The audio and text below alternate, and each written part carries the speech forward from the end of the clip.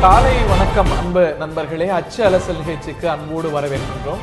இன்றைய நிகழ்ச்சியில் நம்மோடு இணைபவர் மூத்த பத்திரிகையாளர் திரு பிரியன் அவர்கள். திரு பிரியன், எல்லா நாளிதழ்களிலுமே பிரதானமாக இடம்பெற்றிருக்கக்கூடிய செய்தி, 106 பக்க கோரிக்கை மனுவை பிரதமரிடம் சந்தித்து வழங்கினார் முதல்வர் எடப்பாடி பழனிசாமி. 2011 தொடங்கிய இந்த மாதிரி 100க்கும் மேற்பட்ட பக்கங்கள் அடங்கிய கோரிக்கை மனுக்களை தொடர்ந்து பிரதமர்கள் மாறும் பொழுதும் முதலமைச்சர்கள் புதிதாக பொறுப்பேற்றுக் கொள்ளும் பொழுதும் இந்த மனுக்கள் தொடர்ந்து கொடுக்கப்பட்டு வருகின்றன. 2011 மனுவில் என்னெல்லாம் இடம்பெற்றதோ அதில் பல விஷயங்கள் இந்த மனுவில் இடம்பெற்றிருக்கிறத நம்ம பார்க்கிறோம். திரு பன்னீர்செல்வம் முதலமைச்சராக பொறுப்பேற்ற போது பிரதமரை சந்தித்து மனு கொடுத்தார். செல்வி ஜெயலலிதா 2016 பொறுப்பேற்ற போது கொடுத்தார். 2015 அவங்க ஒரு சட்டச்சிக்கல் ஏற்பட்டு சிறிது காலம் விலகி இருந்து மீண்டும் முதலமைச்சரான போதும் பிரதமரை பார்த்து கொடுத்தார். இப்படி தொடர்ந்து இந்த படலாம் நடைபெற்று வருது. திரு எடப்பாடி பழனிசாமி முதலமைச்சரான பிறகு ஒஃபீஷியலாக அவருடைய டெலிகேஷன் டெல்லிக்கு சென்று பார்த்தது தமிழ்நாட்டுடைய கோரிக்கை மனுக்களை மீண்டும் ஒரு முறை வலியுறுத்தி இருக்கிறாங்க. வறட்சிக்கு 39,565 கோடி கொடுக்கணும். வார்தாவுக்கு இழப்பீடா ஒரு 22,000 கோடி கொடுக்கணும். மத்திய திட்டங்கள் மூலமாக வரவேண்டிய தொகையே ஒரு 17,000 கோடிக்கு மேலே இருக்குது. நீர் திட்டத்துக்கு தமிழ்நாட்டுக்கு விதிவிலக்கு வேணும். அவினாசி அத்திக்கடவு திட்டத்துக்கு கருத்தூர்லாம் உருவாக்கியிருக்கிறோம், அதுக்கு மத்திய அரசாங்கத்துடைய ஒப்புதல் வேணும். நீண்ட நாட்கள் கோரிக்கைகள், காவிரி மேலாண்மை வாரியம், மீனவர் பிரச்சனைக்கு நிரந்தர தீர்வு, இந்த மாதிரி விஷயங்கள்லாம் வலியுறுத்தப்பட்டிருக்கு. திரு எடப்பாடி பழனிசாமி இந்த பிரதமருடனான சந்திப்புக்கு பிறகு கான்ஃபிடண்ட்டாக பிரதமர் கேட்டுக்கொண்டார், ஆவண செய்வார், ஒரு பாசிட்டிவான அப்ரோச் தெரியுதுன்னு சொல்லியிருக்கிறார். உங்களுடைய முதற்கட்ட நீங்கள் சொன்ன மாதிரி பிரதமர்கிட்ட நம்ம முதல்வர்கள் இந்த மாதிரியான கோரிக்கை மனுக்களை பல முறை கொடுத்துட்டாங்கன்றதை நம்ம பார்க்குறோம். இதே இந்த காவேரி பிரச்சனை ஆகட்டும், இந்த விவசாயிகள் பிரச்சனை ஆகட்டும், இந்த ஈவன் நீட் எக்ஸாம் ஆகட்டும், இந்த மாதிரி பிரச்சனைகள்லாம் பல தடவை கொடுக்கப்பட்டிருக்கு. ஸோ அதனோட ஒரு பகுதியாக தான் நம்ம இந்த கோரிக்கை மனுவை நம்ம பார்க்கணும். இதில் என்னென்னு பார்த்தீங்கன்னா இப்போ முக்கியமான, அதில் ரொம்ப ரொம்ப முக்கியமான பிரச்சனை நான் பார்க்குறது தற்சமயத்துக்கு விவசாயிகள் பிரச்சனையும் அந்த நீட் எக்ஸாம் பிரச்சனையும் தான் ரொம்ப முக்கியமாக நான் பார்க்குறேன். ஏன்னா மார்ச் 1 ஒரு டிசிஷன் எடுத்தாகணும். ஏன்னா அது அப்ளிகேஷனோட அந்த லாஸ்ட் டேட் அந்த நீட்டுக்கு போடுறதுக்கு. ஸோ தமிழ்நாட்டு மாணவர்கள் என்ன பண்ணுறதுன்னு தெரியாமல் முடிச்சிட்ருக்காங்க. ஸோ இங்கே நிறைவேற்றின தீர்மானம் அங்கே போயிட்டு ஜனாதிபதிகிட்ட போயிட்டு ஒப்புதல் வாங்கணும். அந்த ஒப்புதல் வாங்கிறதுக்கான விஷயங்களை இன்றைக்கி ஆக்சுவலாக மார்ச் 1 இன்றைக்கி. ஸோ இந்த மாதிரி இப்போ இருக்கும்பொழுது அவங்க அந்த டேட்டை எக்ஸ்டெண்ட் பண்ணுறாங்களா என்ன எதுன்னு தெரியல. மாநில சட்டம் இருந்தாலும் கூட அது ரிபக்னன்ட்டாக ஆமாம் சூழல் தான் அதிகம். கண்டிப்பாக அதில் ஒரு கடுமையான பார்வை. அதனால தான் நான் சொல்ல வரேன். அதனால் இப்போ நேற்று போனது நீட் எக்ஸாம் ஒரு முக்கியமான விஷயம். ஏன்னா ஒரு லட்சக்கணக்கான மாணவர்கள் டாக்டர் ஆக வேண்டும் என்ற நோக்கத்தோடு இருக்கிற ஒரு மாணவர்களுக்கான ஒரு எதிர்கால பிரச்சனை அது. ரெண்டாவது விவசாயிகள் பிரச்சனை முக்கியமான பிரச்சனை.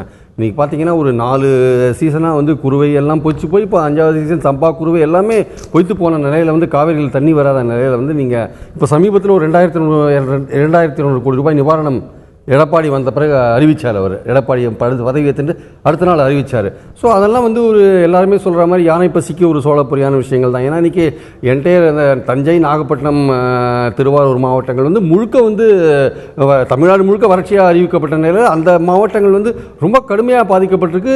குடிநீர் பிரச்சனை சேர்ந்து மொத்தமாக விவசாய பிரச்சனை மட்டும் இல்லை, குடிநீர் பிரச்சனையும் சேர்ந்துருக்கிறதுனால நிச்சயமாக இம்மீடியட்டாக நம்ம அந்த பகுதி விவசாயிகளை கொஞ்சம் அவங்களுக்கான நிவாரணங்களை சீக்கிரம் கொடுக்க வேண்டிய கட்டாயத்தில் இருக்கும். ஸோ 39,000 கோடி நம்ம கேட்ட நிதியில் பார்த்திங்கன்னா கிட்டத்தட்ட 3 மாத காலத்துக்கு மேலே தமிழ்நாட்டில் உள்ள வேற பல அரசியல் நிகழ்வுகள் காரணமாக இந்த விஷயங்களை நம்ம வாழ்வாதார பிரச்சனைகளை சரியான கவனத்தை செலுத்தலாம். இங்கே இருக்கிற அரசியல் ஒரு வரலாறு காணாத பெரிய அரசியல் பிரச்சனை, இங்கே இருக்கிற அரசியல் பிரச்சனைகள் நம்மளுடைய வாழ்வாதார பிரச்சனைகள் பின்னுக்கு தள்ளுற அளவுக்கு இருக்குது. இந்த முதல்வர்கள் மாற்றம், இந்த ஆளுங்கட்சியில் அதிமுகவில் உள்ள உட்கட்சி குழப்பங்கள், இந்த மாதிரி விஷயங்கள் நம்மளுடைய வாழ்வாதார பிரச்சனைகள் ரொம்ப பின்னுக்கு தள்ளிடுது. ஸோ அதனால் நம்ம இந்த பிரச்சனைகளுக்கு இப்போ அட்லீஸ்ட் இப்போவாது முன்னுரிமை கொடுக்க வேண்டிய நிலையில் இருக்கும். அரசாங்கம், மத்திய அரசும் இந்த நிதியை உதாரணம் பார்த்தீங்கன்னா வார்தா புயல் 3 மாதம் ஆக போகிறது. கிட்டத்தட்ட 3 மாதம் ஆக போகிற சமயத்தில் அதுலேருந்து 22,000 கோடி ரூபாய் கேட்டிருக்காங்க.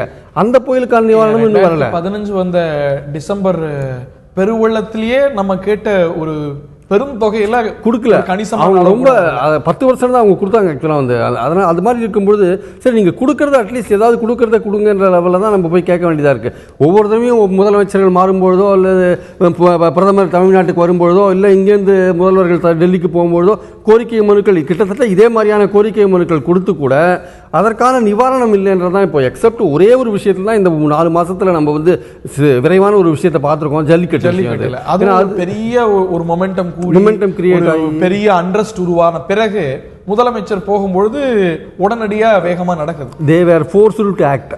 7 மணி நேரத்தில் வந்து ஒரு மசோதாவை கொண்டாந்து நீங்கள் நிறைவேற்றி நீங்கள் ஒரு ஜனாதிபதிட்ட ஒப்புதல் பெற முடியுன்றது இந்தியா மாதிரியான ஒரு கண்ட்ரியில் வந்து யூ கேன் டூ அப்படின்னு தெரிஞ்சிருது. நீங்கள் பண்ண முடியும். இன்வால்வ் ஆகிற ஒரு 6-7 துறைகள் இன்வால்வ் ஆகிற ஒரு விஷயத்தில் நீதிமன்றத்தில் வழக்கு இருந்து கூட அதையும் நீங்கள் வித்ட்ரா பண்ண சொல்லிட்டு உங்களுடைய அது ஃபர்தராக விசாரிக்க வேண்டாம் நாங்கள் சொல்லிட்டு நீங்கள் ஒரு ஆர்டினன்ஸை இஷ்யூ பண்ணுற அளவுக்கு நீங்கள் வந்து ஒரு ஆக்ஷன் எடுக்க முடியுதுன்னா பண்ண முடியும். எதுவுமே பண்ண முடியும் தான் இப்போ இருக்கிற நிலைமை. அப்படி இருக்கும் பொழுது பல விஷயங்கள் நீங்கள் வந்து ஒரு வறட்சி நிவாரணம்ன்றது வந்து இன்னைக்கு விவசாயிகள் பிரச்சனையை பார்த்தீங்கன்னா அவங்க ஒவ்வொரு விவசாயம் தஞ்சை டெல்டாவில் வந்து பேங்க்குக்கு வாங்கின கடனை கொடுக்க முடியல. 267 பேர் இதுவரையும் மரணம் அடைஞ்சிருக்காங்க, தற்கொலை அல்லது மாரடைப்பு ஏதோ ஒரு காரணங்களால. இப்போ முதலமைச்சர் நிறைய விஷயங்களை முன் வச்சிருக்கிறாரு. அதில் நிறைய விஷயங்கள்ல பார்த்தீங்கன்னா அதோடைய ஸ்டேட்டஸ் 5 வருஷத்துக்கு முன்னாடி அதுதான், இன்னைக்கு அதுதான், நாளைக்கும் இதேதானா அப்படிங்கிற ஒரு கேள்வி எழுந்திருக்கிறது. உதாரணத்துக்கு அவினாசி அத்தி கடவு திட்டம், இல்லாட்டி மீனவர் பிரச்சனையில தீர்வு, காவேரி விஷயம் 2013 நவம்பருக்கு அப்புறம் அதே பொசிஷன் தானே, அதே நிலைப்பாடு. ஒவ்வொரு முறையும் முதலமைச்சர் பிரதமர் சந்திப்பில் இது தவறாம இடம்பெறும். பைகாட்டா சொல்லலாம் இந்த கோரிக்கை இந்த டோன்ல வலியுறுத்தப்படும் அப்படின்னு, ஏன் ஸ்ட்ராங்கா கூட வலியுறுத்தப்படுது. ஆனா அந்த ஒரு நிலை அப்படிங்கிறது ஒரு இன்ச் நகராம, சில விஷயங்கள்லாம் சட்ட சிக்கல் கூட இல்ல. காவிரி மேலாண்மை வாரியம் இப்ப புதுசா அது வந்து புதுசா பார்லிமெண்ட்ல கொண்டு போய் அதை பிரசன்ட் பண்ணணும்னு சொல்லிட்டு அது புது ஆங்கிள் உருவாக்கப்பட்டது. இல்ல இது என்னன்னு பாத்தீங்கன்னா இந்த எல்லா பிரச்சனைகளும் நீங்க பாத்தீங்கன்னா ரொம்ப வேடிக்கையான ஒரு பொசிஷனை நான் பாக்குறேன். அதாவது இந்த காவேரி இந்த பிரச்சனைகள்லாம் கூட எதுவுமே தீர்க்க முடியாத லெவலில் இருந்தால் கூட எல்லாமே தீர்க்கப்பட்டது போல ஒரு தோற்றம் இங்கே தரப்பட்டு வருகிறதுன்னு நீங்கள் பார்க்கணும். நாங்கள் தான் வந்து இதை சரி பண்ணோம், நாங்கள் தான் வந்து காவேரி முடிச்சு வச்சோம், நாங்கள் தான் எங்களால் தான் மீத்தேன் வாயு நிறுத்தினோம், இந்த மாதிரி பல விஷயங்கள். இப்போ மீத்தேன் மறுபடியும் வந்துருக்கு வச்சுக்கோங்க. இந்த மாதிரி பல விஷயங்கள் வந்து எது நம்ம நிலுவையில் இருக்குன்னு நினைக்கிற விஷயங்களுமே இங்கே இருக்கிற அரசியல் கட்சிகள் அல்லது ஆளும் கட்சி ஏதோ முடிஞ்சு போயிட்டு இருக்கிற மாதிரி ஒரு தோற்றத்தை கொடுக்கறத நம்ம பார்க்குறோம். ஒரு மொமெண்டம் இல்லைங்கிற ஒரு காரணம். ஆமாம், அதே எக்ஸாக்ட்லி. அதே இதில் வந்து திரு எடப்பாடி பழனிசாமிக்கு ஒரு பெரிய ஹோப் இருக்கிறத பார்க்க முடியுது. பிரதமர் வந்து கனிவா அணுகிறார், சரியா அணுகுவார் அப்படின்னு அவர் வந்து ஒரு நம்பிக்கையோடு அணுகிறார். கிட்டத்தட்ட ஒரு 2 வீக்ஸுக்கு முன்னாடி இந்த எஸ்டாப்ளிஷ்மெண்ட் மத்திய ஆளுங்கட்சியை அணுகியதுக்கும் இன்னைக்கு திரு எடப்பாடி பழனிசாமி ஹேண்டில் பண்றதுக்கும் நிறைய ஒரு வித்தியாசம் இருக்கு. அவரால் ஏதோ ஒரு ரேப்போ எஸ்டாப்ளிஷ் பண்ணி இந்த விஷயங்கள்ல ஒரு கணிசமான அளவாவது மத்திய அரசாங்கத்துடைய உதவியோட அக்கம்ப்ளிஷ் பண்ண முடியும் அப்படிங்கிற நம்பிக்கை அவர்கிட்ட தென்படலையா? பிரைம் மினிஸ்டர் கிட்டே அந்த ஹோப் இல்லாம அதை அவரால் வெளிப்படுத்த முடியுமா, இல்ல ரொம்ப ஆப்டிமிஸ்டிக்கா இருக்காருன்னு நினைக்கிறீங்களா? இல்ல, அதாவது நேச்சுரலி அவர் வந்து ஆப்டிமிஸ்டிக்காக இருந்தாக வேண்டிய அவசியத்தில் இருக்கார். ஏன்னா வந்து நேச்சுரலி வந்து ஒரு பெசிமிஸ்டிக்காக இருக்க வேண்டிய காரணம் இல்லையா? ஆக்சுவலாக வந்து நீங்கள் வந்து ஒரு இப்போதான் அவரோட இன்னிங்ஸை தொடங்கியிருக்காரு அவர். ஸோ ஒரு அசம்பிளியில் ஒரு 122 எம்எல்ஏக்களோட ஆதரவோட ஒரு கான்ஃபிடென்ட்டான ஒரு சீஃப் மினிஸ்டராக அவர் போகிறார். டெல்லிக்கு போயிட்டு பிரசன்ட் பண்ணுறாரு. பிரதமரை பொறுத்த மட்டும் நீங்கள் கொடுங்க, நான் எங்களால் என்ன முடியுமோ அதை செய்யணும்னு அவர் சொல்லியிருப்பார். உண்மை அதான் அவர் சொல்ல முடியும். ஒரு மனுவை வாங்கின உடனே படித்து பார்த்துட்டு இல்லை படிக்காதோ okay we will do whatever we can do அப்படின்னு சொல்லிட்டு அவர் கொடுத்துருப்பாரு. வாரத்தில் செய்ய சப்சிக்வெண்ட்டாக அவங்க செஞ்ச விஷயத்தில் கூட ஓவர் த டேபிள் அவங்க கமிட்மெண்ட் கொடுத்துல பிரதமர், நாங்க வந்து ஆவணம் செய்வோம் அப்படின்னா என்ன பிரதமர் அதுக்கு பெரிய எதிர்ப்பு எழுந்தது. பாருங்க கமிட்மெண்ட்டே கொடுக்கல அப்படின்னு. ஸோ அப்படிதான் சொல்ல முடியல. எல்லா பிரதமர்களும் அப்படிதான் இருப்பாங்க, எல்லா பிரதமர்களும் அப்படிதான் இருப்பாங்க, எல்லா முதல்வர்களும் அப்படிதான் இருப்பாங்க. எந்த கோரிக்கை மனு கொடுத்த உடனே S we are doing it அப்படின்னு சொல்கிறதுலாம் வந்து அதற்கான வாய்ப்புகள் வந்து இப்போ இருக்கிற சூழலில் வந்து ரொம்ப கம்மி. ஒரு காரியத்தை வந்து நீங்கள் கவர்மெண்ட்டில் இப்போ நடத்தணும்னா அது ஒரு மனிதர் தனி மனிதர் சேர்ந்து அது பண்ணக்கூடிய காரியம் இல்லை, அது பல பேரை கலந்து ஆலோசித்து செய்யக்கூடிய ஒரு காரியமாக இருக்கிறதுனால எந்த பிரதமரோ முதல்வரோ ஒரு மனு வாங்கின பிறகு என்ன பண்ணுவாங்க, S we will consider it. அங்கே அந்த இன்டர்பர்சனல் ரிலேஷன்ஷிப்புக்கு ரொம்ப ஒரு முக்கியத்துவம் இருக்குது. கண்டிப்பாக அது பியூரோக்ரஸியோட பல்வேறு அம்சங்கள் சம்மந்தப்பட்டது ஒரு திட்டம் இருக்குது அப்படின்னா அதோடைய பல்வேறு நிட்டிகிரிட்டிஸ் எல்லாம் இருக்குங்கிறத தாண்டி யார் 2 பேர் டீல் பண்றாங்கிறது ரொம்ப முக்கியமான விஷயம். செல்வி ஜெயலலிதாவுக்கும் திரு நரேந்திர மோடிக்கும் இடையே ஒரு நல்ல பர்சனல் ரேப் இருந்தது. ஆனாலும் கூட தேவர் வேஸ் அபார்ட் இன் பாலிடிக்ஸ். அதுவும் சில இடங்கள்ல சிக்கலா இருந்திருக்க கூடும். திரு பன்னீர்செல்வத்தை பொறுத்த வரைக்கும் வேற மாதிரியான ஒரு ஒரு ஒரு ஒரு ரிலேஷன்ஷிப் இருந்தது. இவரை சில இடங்கள்ல ஹெல்ப் பண்றதுக்கு ரெடியா இருந்தார் பிரதமர் Modi.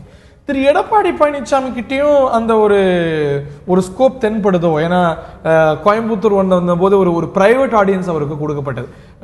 Not all prime ministers do with all chief ministers. Coimbatore வந்திருந்த போது ஒரு 10 நிமிஷம் தனியா அதிகாரிகள் யாரும் இல்லாம பேசியிருந்தாங்க. ஸோ அங்க ஏதோ ஒரு பர்சனல் ரேப்போ எஸ்டாப்ளிஷ் பண்றதுக்கான ஒரு சூழல் இருந்திருக்குன்னு பார்க்கிறோம். இந்த சந்திப்புக்கு வந்து வெளியில வந்த அப்புறமும் கூட அதை வந்து வெறும் ஒரு கவர்மெண்ட் ரிலேஷன்ஷிப் அப்படின்னு பார்க்காம திரு நரேந்திர மோடி பத்தி பாசிட்டிவா சொல்றாரு. பிஜேபி பற்றி ஒரு விமர்சனம் வைக்கும் போதும் கூட இலகணேசன் இப்படி சொல்றாரு அப்படின்னு சொல்லும் போது ஹெச் ராஜா இப்படி சொல்லியிருக்கிறாரு அப்படின்னு ஒரு ஹோப்ஃபுல்லா எடப்பாடி பழனிசாமி சொல்றாரு. சோ அங்க ஏதோ ஒரு ரேப்போ உருவாயிட்டு இருக்கு, உருவாகிற மாதிரி தெரியலையா உங்களுக்கு? இல்லை, ஆக்சுவலாக வந்து நீங்கள் ஜெயலலிதா வந்து இந்த இவங்களோடலாம் நீங்கள் கம்பேர் பண்ண முடியாது. ஏன்னா ஜெயலலிதா வந்து ஒரு பொலிட்டிக்கல் ஆளுமையாக இருந்தாங்க. அவங்க ஒரு அவங்களுக்கு ஒரு செல்வாக்குள்ள ஒரு தலைவராக இருந்தாங்க தமிழ்நாட்டில். ஸோ அவங்க போய் பிரதமர் சந்திக்கிறதுக்கும் எடப்பாடி பழனிசாமியோ பன்னீர்செல்வமோ சந்திக்கிறதுக்கும் சீஃப் மினிஸ்டர் தான். But that is a difference. அந்த ஸ்டேச்சர் வந்து ஒரு டிஃபரன்ஸ் இருக்குது. ஸோ நீங்கள் ஜெயலலிதா ஒரு விஷயத்தை எடுத்துன்னு போய் பிரதமர்கிட்ட கொடுக்கும்போதும் அதை பற்றின ரியாக்ஷன்ஸ் இப்போது எடப்பாடி பழனிசாமியோ இல்லை பன்னீர்செல்வமோ பிரதமரை சந்திச்சிருந்து சொல்கிற பதிலுக்கும் அதே இடத்துல நீங்கள் ஜெயலலிதாவை வச்சு பார்த்தீங்கன்னா அவங்க சொல்ற பதிலுக்கும் டிஃபரன்ஸ் இருக்கும், நிறைய டிஃபரன்ஸ் இருக்கும். ஆனா இப்ப கண்டென்ஷியஸா இருக்குல்ல, காவிரி மேலாண்மை வாரியம், மீனவர் பிரச்சனை, இன்னும் இதர பிரச்சனைகள், இதுல செயல்பாடு ரீதியா அவங்களால என்ன ஸ்டேட்டஸ் கோ மாத்த முடிஞ்சதுங்கிற கேள்வியும் இருக்குல்ல.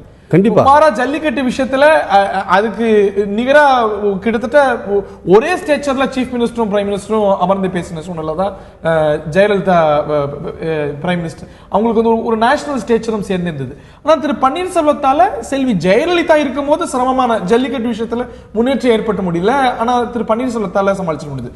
ஸோ ஆக்சுவலா வந்து நீங்க ஜல்லிக்கட்டு விஷயத்துல வந்து பன்னீர்செல்வம் வந்து ஆக்சுவலா வந்து அவரோட அந்த குயிக்கா செயல்படுறதுக்கான காரணம் என்னன்னா வந்து அது தமிழ்நாட்டில் இருந்த மூவ்மெண்ட் தான் ஆக்சுவலாக காரணம். ஸோ பீப்புளோட மூவ்மெண்ட் வந்து it has made him to act. ஈழ பிரச்சனையில பெரிய மொமெண்டம் இருந்தது, செல்வி ஜெயலலிதா தீர்மானம் நிறைவேற்றினாங்க. பட் என்ன மாற்றம் ஏற்பட்டது? இல்ல ஈழ பிரச்சனையில எழுந்த மொமெண்டத்துக்கும் வந்து ஜல்லிக்கட்டுக்கு எழுந்த மொமெண்ட்டுக்கும் there is a difference. ஈழ பிரச்சனையில வந்து அதுக்கு மொமெண்டம் இடையில நான் சொல்லல. ஈழ பிரச்சனையில வந்து அது வந்து ஒரு பொலிட்டிக்கலா எழுந்த ஒரு இது ஒரு ரியாக்ஷன். அது பொலிட்டிக்கலா அது இட் இஸ் வியூஸ். ஏன்னா ஒரு பொலிட்டிக்கல் பிரச்சனையில வந்து உங்களுக்கு ஒரு கருத்து இருக்கும், எனக்கு ஒரு கருத்து இருக்கும், இன்னொருத்தர் கருத்து இருக்கும், எல்லாருக்கும் ஒட்டுமொத்த ஒரு கருத்து இருக்குன்னு சொல்ல முடியாது.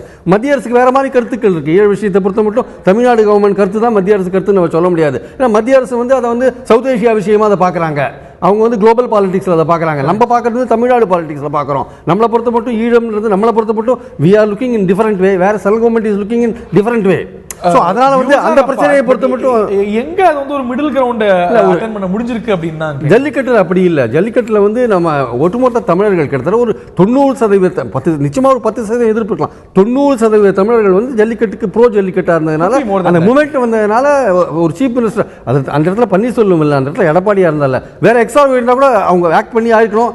ஏன்னா இதுல இன்னொன்று இருக்கு, இதுல வந்து சென்ட்ரல் கவர்மெண்ட் தான் வந்து இதை தடுக்கிறாங்க. இல்லை ஏதோ ஒரு விஷயம் வந்து வரும்பொழுது சென்ட்ரல் கவர்மெண்ட்டுக்கு அந்த ஒரு பொறுப்பு இருக்கு இல்லையா, எங்களுக்கு இதுல எந்த பிரச்சனையும் இல்லை, உங்களுடைய கல்ச்சுரல் பேஸை வந்து நாங்கள் காப்பாற்றுறோம் அப்படின்ற சொல்லக்கூடிய லெவலில் தான் சென்ட்ரல் கவர்மெண்ட்டும் வர வேண்டிய அவசியம் இருந்தது. ஸோ அதோட விளைவு தான் ஜல்லிக்கட்டு. ஸோ அந்த மாதிரி நீங்கள் எல்லா விஷயங்களும் இப்போ காவேரி விஷயத்தில் பார்க்க முடியாது. காவேரி விஷயத்தில் கர்நாடகாவோட இன்ட்ரெஸ்ட் இருக்கு, கர்நாடகா இன்ட்ரெஸ்ட் வந்து பொலிட்டிக்கல் இன்ட்ரெஸ்ட் வருது. ஸோ எல்லாத்துலையும் நீங்கள் பார்க்க ஒரே மாதிரி பார்க்க முடியாது. ஒவ்வொரு விஷயங்களும் ஒவ்வொரு மாதிரி இருக்கு. ஸோ ஜல்லிக்கட்டோட நம்ம மற்ற விஷயங்களை பொருத்தி பார்க்கறது சரியா வராதுன்னு நினைக்கிறேன். ஈழ பிரச்சனை ஆகட்டும், காவேரி பிரச்சனை ஆகட்டும், அதனால தான் இந்த பிரச்சனைகள்லாம் வந்து நீண்டுனே வந்துட்டு இருக்கு. நெடுவாசல் போராட்டம் தொடர்ந்து தலைப்புச் செய்தியாகவே நாளேடுகளில் இருக்கிறது. ஏனென்றால் 13வது நாளாக போராட்டம் தொடர்கிறது.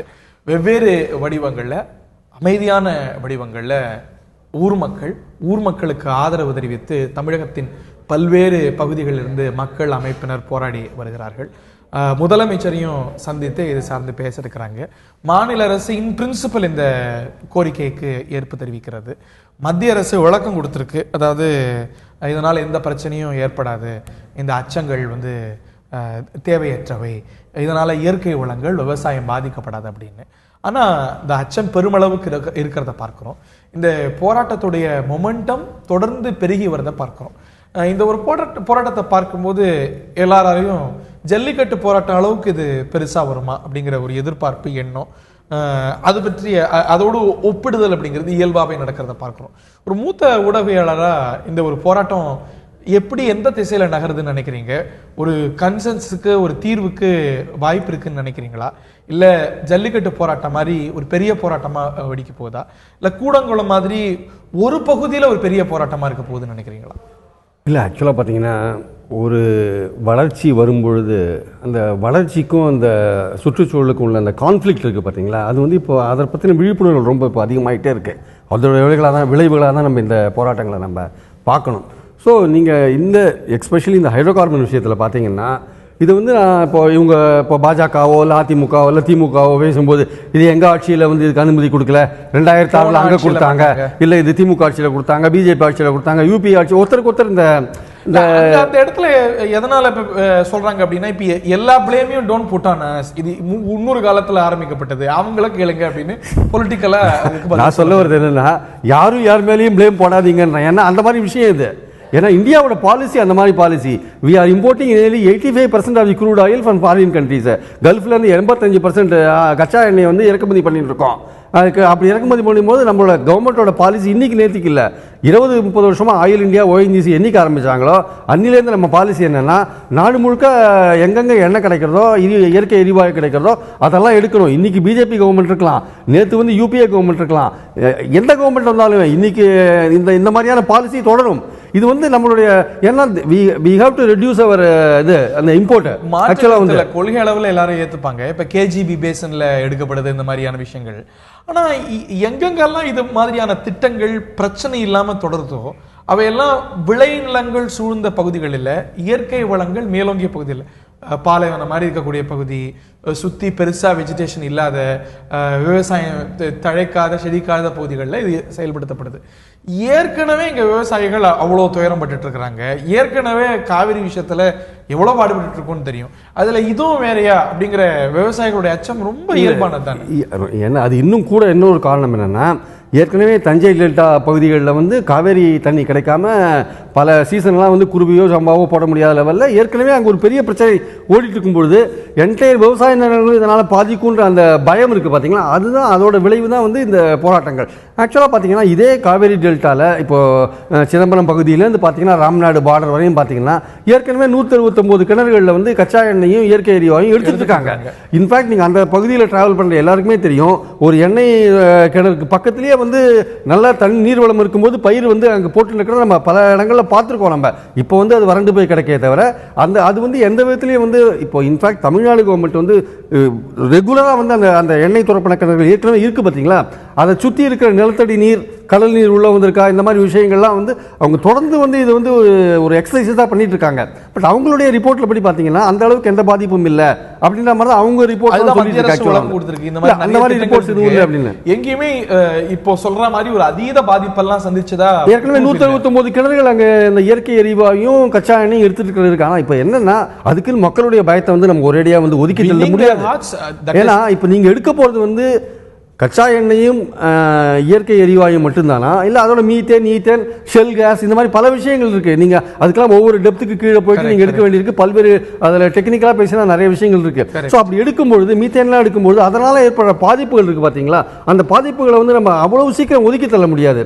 இதில் மத்திய அரசோட ரோலும் மாநில அரசோட ரோலும் நிச்சயமாக மாநில அரசு வந்து ஒரு எதிர்ப்பு வந்த உடனே இல்லை நாங்கள் வந்து மக்களுக்கு பாதிப்பு வரணும் எதுவும் செய்ய மாட்டோம்னு சொல்கிறத விட மக்கள் வந்து எஜுகேட் பண்ணுங்க, என்ன நீங்க பண்ண போறீங்க, அங்கதான் பிரச்சனை, என்ன பண்ண போறீங்க, இதெல்லாம் என்ன விளைவுகள் வரப்போகுது. கூடங்குளம் விவகாரத்துல மக்களுடைய நம்பிக்கையை முழுமையா வெல்லாம ஒரு திட்டம் ஆரம்பிச்சிட்டு பிறகு அது அங்க ஒரு அச்சம், சில சமயங்கள்ல அதீத அச்சம் இவெல்லாம் ஏற்படும் போது அதுக்கு பிறகு மக்களை வெல்றது அப்படிங்கிறது கடினமா போயிடுது. தொடக்கத்திலேயே இங்க ஒரு திட்டம் வருதா, இதுல இது பிரச்சனை இல்ல, இதுல வந்து பிரச்சனைகளை விஞ்சக்கூடிய நன்மைகள் இருக்கு, இங்க இதெல்லாம் செயல்படுத்தப்படுது அப்படின்னு அந்த பகுதி மக்களை வெல்வது அப்படிங்கிறது ரொம்ப அவசியமான ஒரு விஷயம். அங்க அரசுகள் கோட்டை விடுதுன்னு நம்ம நினைக்கிறோம். இல்ல இப்போ தஞ்சை பகுதியை எடுத்துக்கோங்களேன், தஞ்சை திருவாரூர் பகுதியிலே இந்த எண்ணெய் துறப்பண கிணறுகள் இருக்கிற இடத்துல வச்சுக்கோங்களேன், அந்த விவசாயிகளுக்கு கடந்த 20 வருஷமா இந்த மாதிரி எண்ணெய் கிணறுகளை அவங்க பார்த்து தானே இருக்காங்க.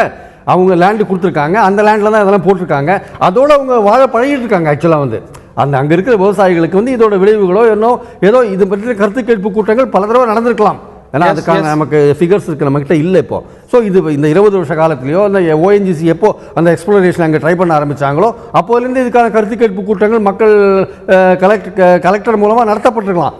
இப்போ கூட பார்த்தீங்கன்னா இப்போவும் பெரிய விஷயம் இல்லை. இப்போ அவங்க எடுக்க போகிறது வந்து இயற்கை எரிவாயுவா, கச்சா எண்ணெய் மட்டும்தானா, இல்லை ரெண்டுமா, இல்லை மீத்தேன் ஈத்தேன் இந்த மாதிரி விஷயங்கள்லாம் எடுக்க போகிறாங்களா, இதனோட பாதிப்புகள் என்ன? நீங்கள் வந்து கருத்து கேட்பு கூட்டங்கள் இப்போ நீங்கள் இந்த இடத்துல அந்த ஃப்ரிஞ்சு குரூப்ஸ் இந்த மாதிரி விஷயங்கள்லாம் வருது. இந்த ஃப்ரிஞ்சு குரூப்ஸ் இருக்குது பார்த்தீங்களா, இந்த ஜல்லிக்கட்டில் கூட அவங்க ஆக்டிவாக இருந்தாங்க. இந்த ஃப்ரிஞ்சு குரூப்ஸ் வந்து பொதுவாக வந்து அதில் பலவிதமான குரூப்ஸ் இருக்குது, எல்லா விதமான ஐடியாலஜி உள்ள குரூப்ஸும் அதில் இருக்குது. அவங்களோட இது என்னென்னா வந்து அவங்க மக்கள் நலனுக்காக தான் போராடுறாங்க, அதில் வந்து எந்த சந்தேகம் கிடையாது. அதில் பிரச்சனை என்னென்னா வந்து அவங்க போராடும் பொழுது அவர்களுக்கான மக்கள் ஆதரவு வந்து ரொம்ப குறைவாக தான் இருக்குது.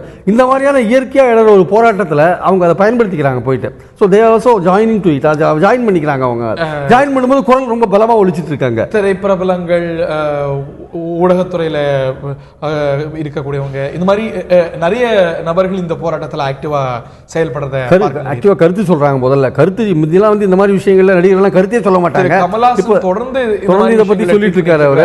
நிறைய பேர் இது வந்து நம்ம வரவேற்கணும் ஆக்சுவலாக வந்து. ஏன்னா இந்த மாதிரியான ஒரு ரியாக்ஷன்ஸ் வந்து நமக்கு தேவை. ஏன்னா ஜனநாயகத்தில் வந்து ஆரோக்கியமான விஷயம் வந்து கருத்து பரிமாற்றம் தான். நீங்கள் என்ன நினைக்கிறீங்க, ஒரு முக்கியமான பிரமுகர் வந்து ஒரு விஷயத்தில் கருத்து தெரிவிக்கும் போது அது வந்து சமுதாயத்தில் வந்து ஒரு இம்பாக்டை உண்டாக்குறது அது ஆக்சுவலாக. ஸோ ஒரு விஐபி, எந்த ஃபீல்டில் இருக்கிற விஐபியாக இருந்தாலும் கருத்து சொல்றதுக்கான உரிமைகள் உண்டு. அது நம்ம எல்லாரும் கருத்து சொல்லலாம். ஆனால் இதில் ரொம்ப முக்கியமான ஸ்டேக் ஹோல்டர்ஸ் அந்த பகுதி மக்கள், அவங்களுடைய ஏற்பு, அவங்களுடைய ஒப்புதல், அவங்களுடைய இசைவு, winning their hearts is utmost. So அதை தான் வந்து அரசுகள், அமைப்புகள் இல்லை. இதில் வந்து நீங்கள் வின்னிங் தேர் ஹார்ட்ஸ்னு வரும்பொழுது அங்கே ஒரு சின்ன பிரச்சனை வருது. இதில் உள்ள அந்த nonsense of the scheme, details of the schemes இருக்குது பார்த்தீங்களா, இதனால் ஏற்பட ஆபத்துகளோ இல்லை இதனால் கிடைக்கக்கூடிய பலன்களோ, இப்போ மத்திய அரசுலேருந்து அந்த மினிஸ்டர் சொல்கிறாரு, இதனால் வந்து தமிழக அரசுக்கு 40 கோடி ரூபாய் உரிமை தொகை கிடைக்கும், 300 கோடி ரூபாய் கவர்மெண்ட்டுக்கு வருமானம் கிடைக்கும், 500 பேருக்கு மேலே வேலை கிடைக்கும், எல்லாம் கரெக்ட் தான். பட் இதோட other side of the picture என்ன அப்படின்றத நம்ம பார்க்கணும்.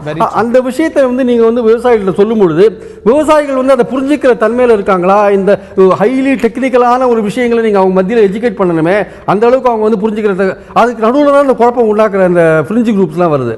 நீங்கள் நேரடியாக ஒரு அரசு வந்து மக்கள்கிட்ட போயிட்டு இதான் விஷயம் சொல்லும் பொழுது அதை அவங்க புரிஞ்சுக்கிற தன்மையில் இருக்காங்களான்ற போது இடையில சில குரூப்புகள் வந்து மக்களுக்காக போராடுறேன்னு சொல்லிக்கிறவங்க வந்து இல்லை இது ரொம்ப மோசமான விஷயம்னு சொல்லும்பொழுது மக்கள் வந்து பயந்து போகிறாங்க. அடுத்தது எப்படி விரிவடைய போகுதா, இல்லை ஒரு கன்சென்சஸை உருவாக்கக்கூடிய சூழல் இருக்கிறது அப்படிங்கிறத பார்க்கணும். இது ரொம்ப முக்கியமான ஒரு பிரச்சனையாக எழும்பி இருக்கிறது. முதலமைச்சரும் கூட பிரதமரை சந்திக்கும் போது இதை வலியுறுத்தி இருக்கிறாரு. அடுத்து இது கவர்மெண்ட் ஆஃப் தமிழ்நாடு போராட்டமாக வரப்போகுது அப்படிங்கிறத நம்ம பொறுத்திருந்து பார்க்கணும். ஜெயலலிதா மரணம் பற்றிய உண்மையை வெளிக்கொண்டு வருவோம் என்று திரு பன்னீர்செல்வம் உறுதியாக அவருடைய ஆதரவாளர்கள் மத்தியில் கூறியிருக்கிறார். இதே வேளையில தான் அவங்களுடைய மரணம் தொடர்பாக மர்மங்கள் நிறைய இருக்கு, சிபிஐ விசாரணை வேண்டும், இல்லை ஓய்வு பெற்ற இல்லாட்டி மன்னிக்கணும் ஒரு உச்ச நீதிமன்ற நீதிபதி தலைமையில் விசாரணை வேண்டும் என்பன போன்ற கோரிக்கைகளை வலியுறுத்தி அதிமுக OPS ஆதரவு எம்பிக்கள் ஜனாதிபதியை சந்தித்து கோரிக்கை மனு ஒன்றை அளிக்க இருக்கிறார்கள். எப்படி பார்க்குறீங்க இதை? இல்லை, ஆக்சுவலாக இந்த ஏடிஎம்கேல இந்த 2 குரூப்பையும் வச்சுக்கலாமே, சசிகலா குரூப்பையும் வச்சுக்கலாம், பன்னீர்செல்வம் குரூப்பையும் பார்த்தீங்கன்னா இந்த பர்டிகுலர் இந்த விஷயத்தில் வந்து அவங்க சொல்கிறதுக்கு வந்து ஒரு பெரிய அளவு வந்து ஒரு ரியாக்ஷன்ஸ் இருக்காது எங்கேருந்துமே. ஏன்னா இவங்க எல்லாமே வந்து ஜெயலலிதா மருத்துவமனையில் இருந்தபோது இருக்காதா இந்த விஷயம் நான் இஷ்யூ நினைக்கிறீங்களா? இல்லை நான் இஷ்யூலாம் நினைக்கவே இல்லை. இது ஒரு இஷ்யூ தான், அதில் சம்பந்தம் இல்லை. பட் ஆனால் இவங்க எழுப்புறதுக்கான அந்த தகுதியை வந்து இவங்க பெற்றிருக்காங்களா இவங்க அப்படின்னு பார்க்கணும். பன்னீர்செல்வம் ஆகட்டும், இப்போ இருக்கிற பன்னீர்செல்வம் தரப்பு எம்பிக்கள் ஆகட்டும். ஏன்னா இவங்க எல்லாருமே பொன்னையன் உட்பட சொல்கிறேன் நான். ஏன்னா கடைசி நாள் வரை ஜெயலலிதா இப்போ சொல்லியிருக்கிறாரு, செல்வி ஜெயலலிதா வந்து போயஸ் கார்டன்ல தாக்கப்பட்டாங்க, அதுக்கப்புறம் தான் அனுபவிச்சிருக்காங்கன்னு செய்தி சொல்லு. இதெல்லாம் வந்து இந்த சோசியல் மீடியாவில் வர விஷயங்களை வந்து பொன்னையன் சொல்றது தான். இப்போ அவர் அப்போ சொன்னதும் இதே மாதிரி ஒரு தகவலை தான் சொன்னாரா, நல்லா இம்ப்ரூவ் ஆகிட்டு இருக்காங்க, அவங்க இட்லி சாப்பிட்டாங்க, பேசிட்டு இருக்காங்க. தகவல் அவர் தான் டிசம்பர் 4ஆம் தேதி அவங்க ஷீ இஸ் கெட்டிங் ஃபைன் அப்படிங்கிற அவங்க சொன்ன அன்னைக்கு ஈவினிங்கே வந்து ஜெயலலிதா அவர்கள் ஹார்ட் அட்டாக்ல இறந்து போறாங்க அவங்க. ஸோ அப்படி இருக்கும்போது இவங்க சொன்ன தகவல், ஆனால் ஜெயலலிதாவோட மரணத்தில் மர்மம் இருக்குமோ இல்லையோ, ஏன்னா அதில் ஒரே ஒரு பாயிண்ட் என்னன்னா வந்து அந்த 72 நாட்கள் வந்து சசிகலா மற்றும் அவருடைய உறவினர்கள் தவிர வேற யாரும் அந்த பொலிட்டிக்கலா இன்க்ளூடிங் பன்னீர்செல்வம் அல்லது கவர்னர் உட்பட யாருமே அவங்களை நேரடியாக பார்த்து அவங்க கிட்ட பேச முடியல. அதற்கான காரணங்கள் மருத்துவர்கள் சொல்றாங்க. பொன்னையன் எழுப்புறாரு, இப்போ நோய் தொற்று அப்படிங்கிறாங்க. அப்ப இவங்களுக்கு ஆக்சஸ் இருந்தது, அப்போ ஏன் அது ஒரு ஃபேக்டரா இல்லை அப்படிங்கிறாங்க. ஒருவேளை சீஃப் மினிஸ்டரையோ கவர்னரையோ அவங்க பார்த்திருந்தா அது ஒரு கான்கிரீட்டான ஒரு விஷயமா அவங்களால சொல்லியிருக்க முடியும் இல்லையா? இந்த பாயிண்ட் தான். இதை நீங்க எழுப்பக்கூடாது, இதை நாங்க எழுப்பணும்.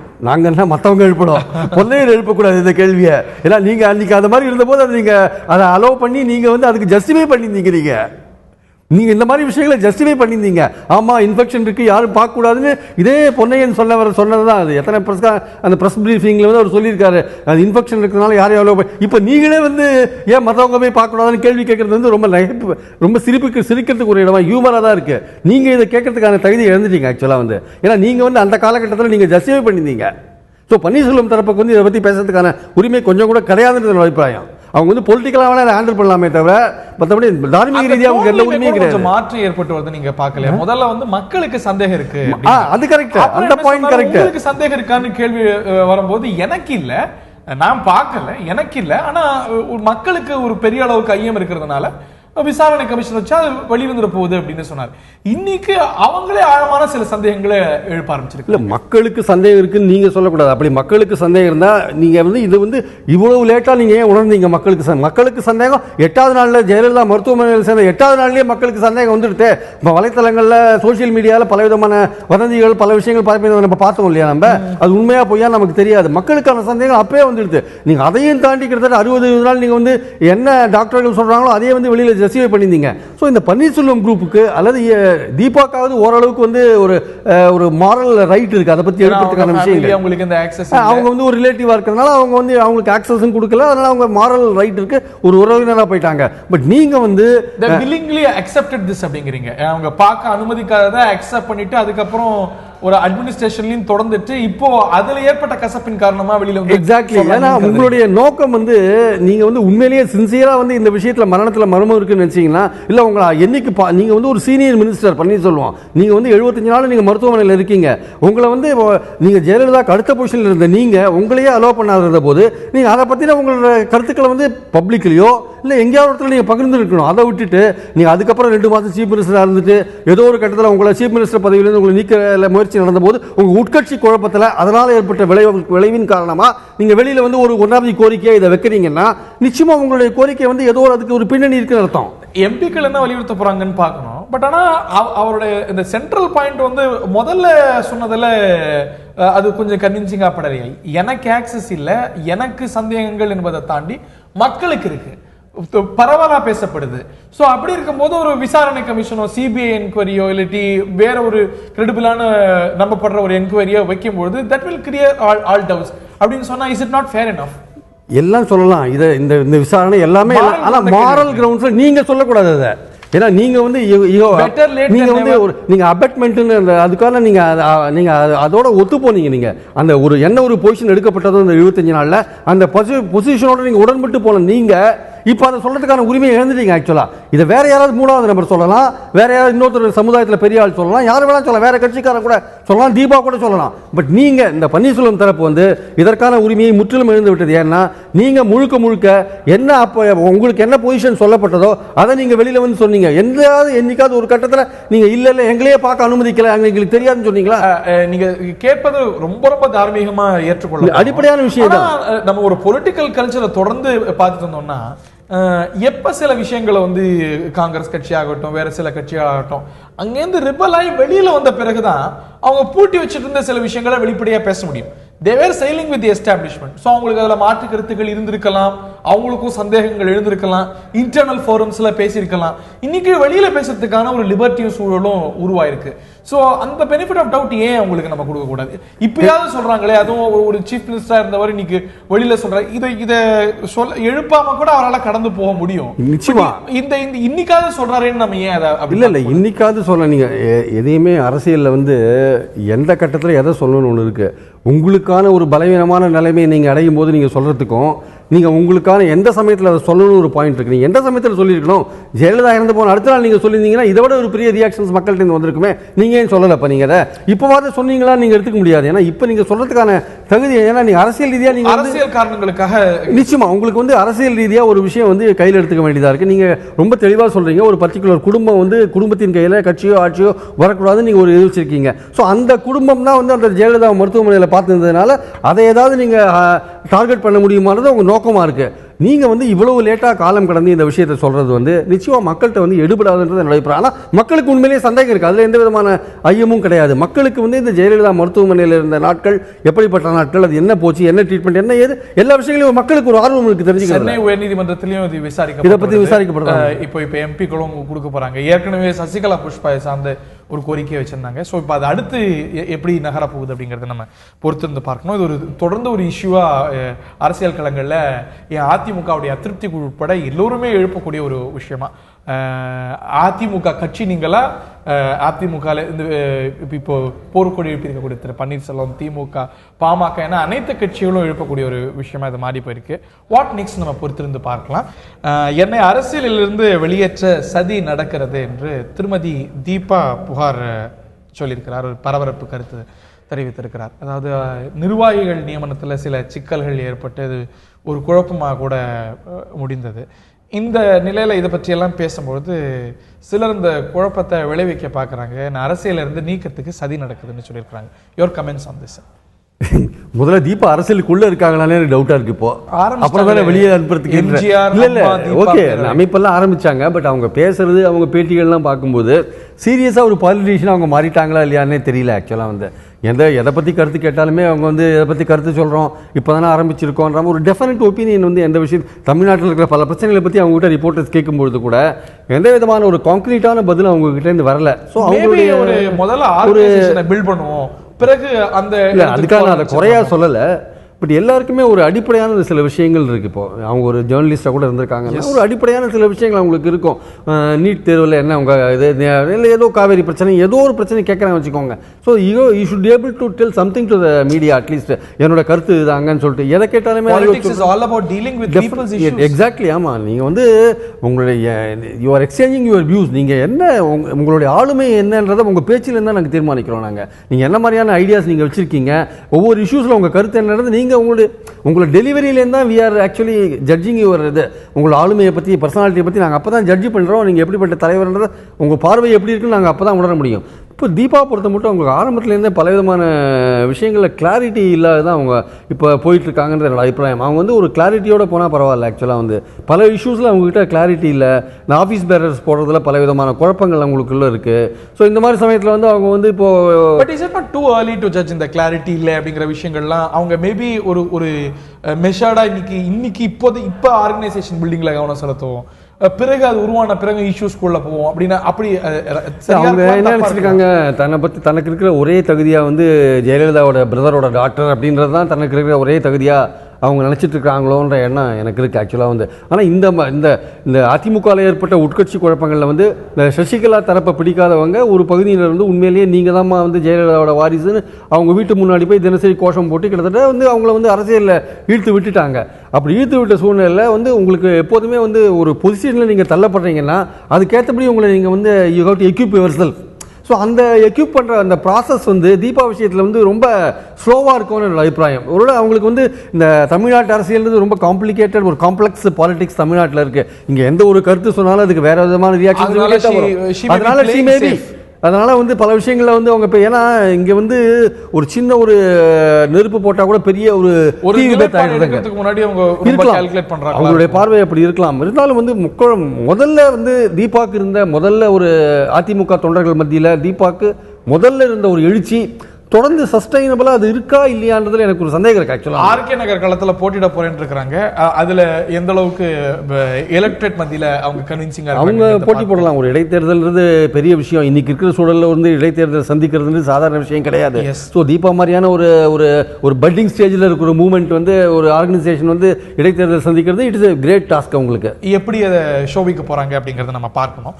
அடுத்து இன்னொரு முக்கியமான தலைப்பு நம்மளுடைய கவனத்தை ஈர்க்குது.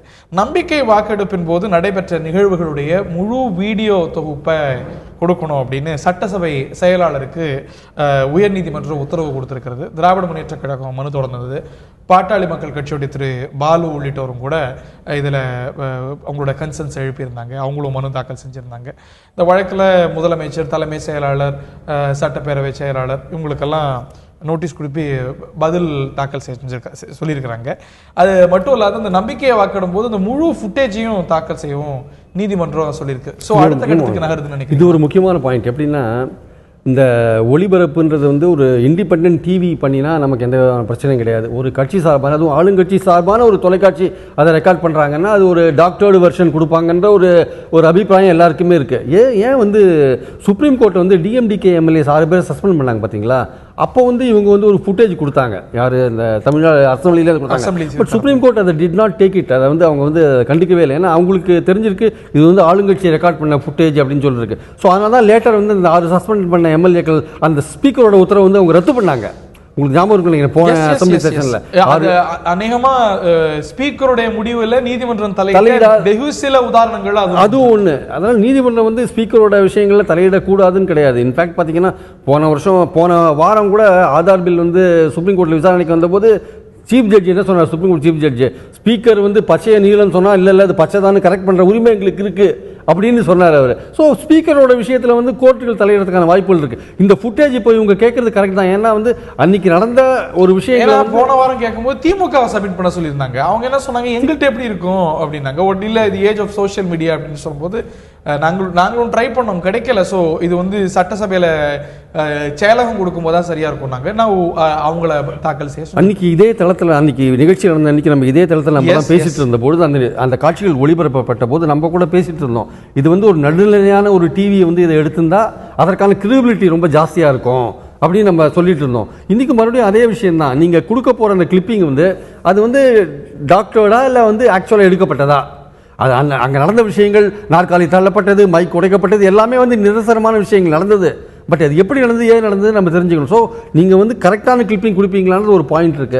அது கோர்ட் நீதிமன்றம் ஒரு ஹோலிஸ்டிக்கா கன்சாலிடேட்டடா இருக்கிற ஒரு உண்மையிலேயே என்ன நிகழ்வுகள், ஏன் அந்த விஷயங்களுக்கு லீட போச்சு அது அப்படின்ற பாயிண்ட் இருக்குல்ல, அதை அவங்க கொண்டு வரணும். ஆக்சுவலாக நடந்த விஷயங்கள் வந்து நாற்காலி தள்ளி போட்டது, அப்புறம் மைக்கை உடைச்சதெல்லாம் வந்து தவறான விஷயங்கள் தான். அதில் வந்து எந்த விதமான சந்தேகமும் கிடையாது.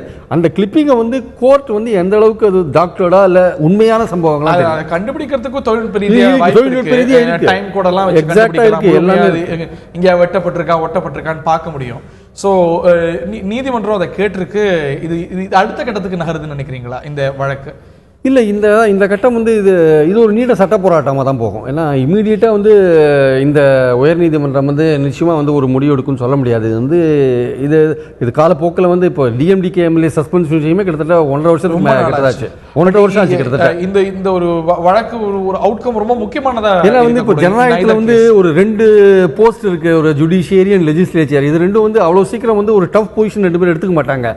கொஞ்சம் ஓரளவுக்கு விட்டு கொடுத்து ஒரு அந்த மாதிரி விஷயங்கள் தான் போவாங்க. ஏன்னா ரொம்ப ஒரு டைரக்டான ஒரு மோதல்ன்றது வந்து அது ஜனநாயகத்துக்கு நல்லதில்லை. ஸோ எந்த இடத்துல வந்து அது வந்து ஒரு அந்த they can strike a point, நீ ஸ்பீக்கர் பண்ணது தப்பு அல்லது ரைட்டுன்னு சொல்றதுக்கான ஒரு சரியான ஒரு நேரம் வந்து அந்த காலம் போகும்போது தான் அந்த விசாரணையின் போது தான் தெரியும் அது கரெக்டாக வந்து. So it will take some time. அதில் இன்னைக்கு மாச கடைசியும் கூட அதே வேளையில தான் பேங்கர்ஸோட ஸ்ட்ரைக்கும் இன்னைக்கு நடக்குது.